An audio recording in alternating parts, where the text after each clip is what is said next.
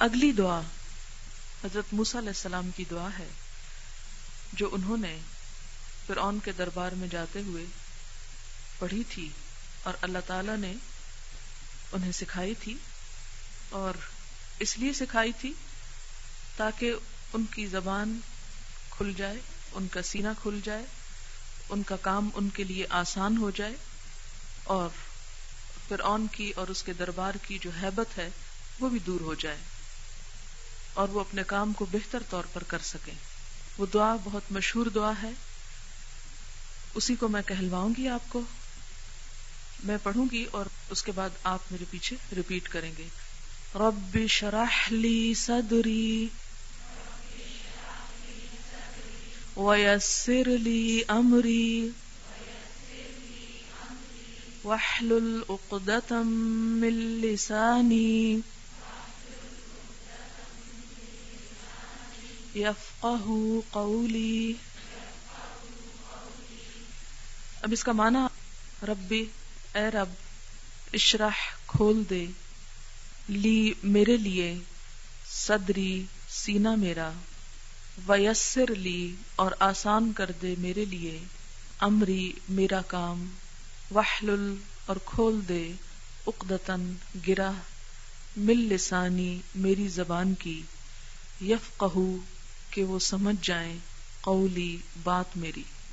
اشرح کا مطلب ہوتا ہے شرح، عربی زبان میں ڈائسیکشن کو کہتے ہیں، چیرنا، کھولنا۔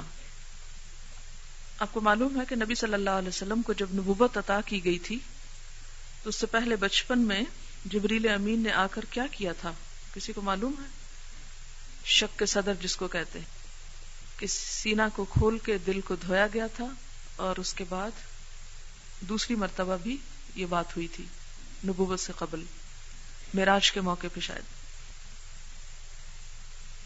جیسا کہ آپ جانتے ہیں کہ قرآن پاک اللہ تعالی کا کلام ہے جو جبریل امین نے آ کر محمد صلی اللہ علیہ وسلم کو عطا کیا، اور یہ آپ کے دل پر اترا۔ قرآن دل پر اترا تھا، تو قرآن سے فائدہ اٹھانے کے لیے جب تک دل شامل نہ ہو، دل کی انوالومنٹ نہ ہو، دل کی صفائی نہ ہو، دل کے اندر طہارت نہ ہو، قرآن جڑ نہیں پکڑتا، قرآن جگہ نہیں بناتا۔ اس لیے اگر آپ یہ چاہتے ہیں کہ قرآن آپ کے دل میں اترے اور قرآن آپ کی زندگی کا حصہ بن جائے اور آپ قرآن کی روشنی بن جائیں، تو اس کے لیے دو باتیں ضروری ہوں گی۔ نمبر ایک یہ کہ دل کو ہر طرح کے حسد، بغض، کینے، نفرت، عداوت، ایسے تمام جذبات سے پاک کرنے کی کوشش کریں۔ جس کسی نے بھی آپ کے ساتھ زندگی میں کوئی زیادتی کی، اس کو یک طرفہ طور پر معاف کر دیں اور دل سے معاف کر دیں، اور دوسری طرف وہ تمام اذکار جو دل کی صفائی کے لیے اور وہ تمام احساسات جو دل کی طہارت کے لیے ضروری ہیں، ان کو پیدا کرنے کی کوشش کریں۔ جب آپ یہ پڑھیں گے رب اشرح لی صدری، تو آپ ساتھ اب امیجن کریں گے کہ آپ کا سینہ کھل رہا ہے، اور جب ایک چیز کھل رہی ہے تو اس کے اندر جو کچھ اس میں گھر کی ہوئی ہے، جس چیز کی محبت نے، وہ سب نکل جائے۔ یعنی اپنے آپ کو، یعنی جب پڑھیں تو ساتھ یہ سوچیں۔ اور چونکہ آپ سب کے ساتھ کچھ نہ کچھ مشکلات، مسائل، تکلیفیں، کئی ایک ایسے پرابلمز ہوں گے، پھر ان کو تصور میں لائیے اور کہیے کہ وَيَسِّرْ لِي أَمْرِي، کہ یا رب میں تیری کتاب کو جو سیکھنے کا کام کرنے شروع کر رہی ہوں، میرے اس کام کو میرے لیے آسان کر دے۔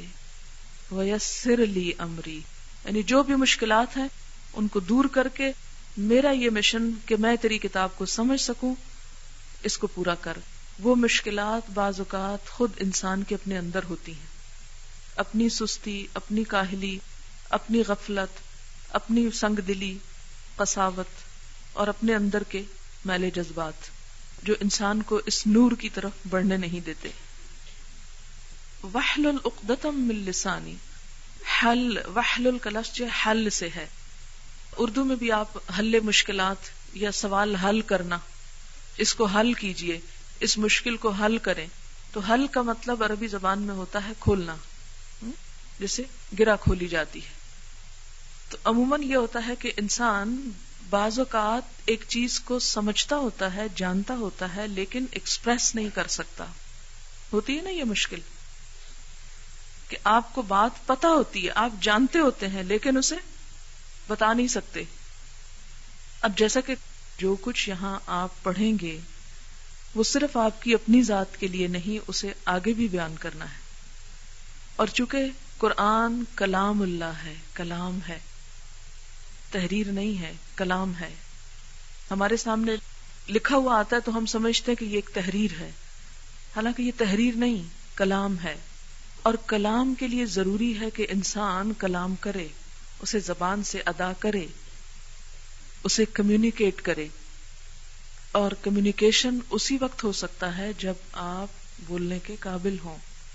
بسا اوقات یہ ہوتا ہے کہ آپ دنیا کی باتیں کرنے میں بہت اچھے ہوتے ہیں، لیکن جو ہی کوئی دین کی بات آئی تو آپ کے دل پہ ایک بوجھ پڑنے لگتا ہے، آپ اپنا کانفیڈنس لوز کر جاتے ہیں اور ایک پریشانی کا شکار ہو جاتے ہیں کہ پتہ نہیں میں صحیح کہہ رہا ہوں یا غلط کہہ رہا ہوں. تو اس کے لیے کیا ہے کہ یا رب وہ میری جو گرہ ہے، وہ جو آڑ ہے یا وہ رکاوٹ ہے، اس کو دور کر دے، تاکہ جو بات میری سمجھ میں آئے، جب کسی کو اس بات کی ضرورت ہو تو میں اچھے سے اچھے طریقے سے اسے آگے بتا بھی سکوں.